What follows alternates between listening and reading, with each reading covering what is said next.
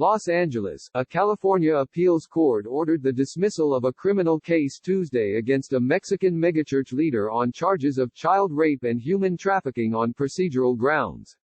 Nason Joaquin Garcia, the self-proclaimed apostle of La Luz del Mundo, has been in custody since June following his arrest on accusations involving 3 girls and 1 woman between 2015 and 2018 in Los Angeles County. Additional allegations of the possession of child pornography in 2019 were later added.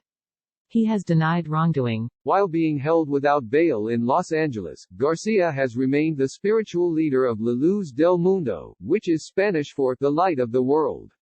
The Guadalajara, Mexico-based evangelical Christian church was founded by his grandfather and claims 5 million followers worldwide.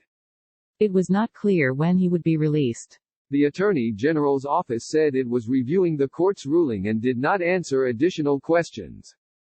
Garcia's attorney, Alan Jackson, said he and his client are thrilled by the decision.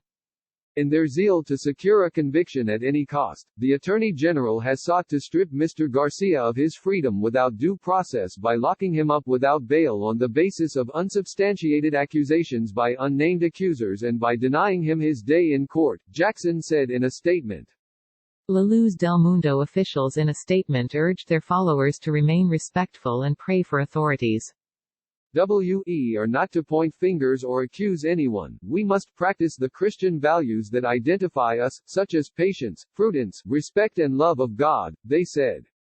The appeals court ruling states that the Los Angeles County Superior Court must dismiss the 29 counts of felony charges that range from human trafficking and production of child pornography to forcible rape of a minor. The appeals court ruled that because Garcia's preliminary hearing was not held in a timely manner and he did not waive his right to one, the complaint filed against him must be dismissed. In June, Garcia was arraigned on 26 counts and waived his right to a speedy preliminary hearing, a common move. The following month, he was arraigned on an amended complaint that included 3 additional charges of possession of child pornography. That time, he did not waive the time limits for a preliminary hearing. His hearing was postponed several times, in some instances, because prosecutors had not turned over evidence to the defense, as he remained held without bail, prompting his attorneys to file an appeal. The appeals court ruled that a preliminary hearing on an amended complaint for an in-custody defendant must be held within 10 days of the second arraignment, unless the defendant waives the 10-day time period or there is good cause for the delay. The appeal only mentioned the dismissal of Garcia's case and not those of his co-defendants, Susana Medina Oaxaca and Alondra Ocampo. A fourth defendant, Azalea Rangel Melendez, remains at large. It was not immediately clear if the co-defendants' cases would also be tossed. In February, a Southern California woman filed a federal lawsuit against the church and Garcia. In it, she said Garcia, 50, and his father sexually abused her for 18 years starting when she was 12, manipulating Bible passages to convince her the mistreatment actually was a gift from God. The lawsuit will continue despite the dismissal, the woman's lawyers said Tuesday in a statement. The dismissal is the latest in a series of blunders on this high-profile case for the Attorney General's office.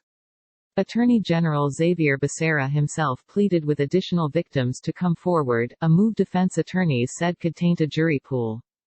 It would be hard to believe that, based on the information that we're collecting, that it's only these 4 individuals, Becerra said in June, repeatedly calling Garcia sick and demented. Prosecutors Amanda Plissner and Diana Callahan also said multiple times in court that they expected to file additional charges based on more victims as the case continued to be investigated. But ultimately they only added 3 counts of possession of child pornography to the original complaint. Plissner and Callahan were additionally sanctioned by a Superior Court judge in September, who said they had violated a court order in failing to give defense lawyers evidence. The judge later rescinded the sanctions and overturned $10,000 in fines she had levied.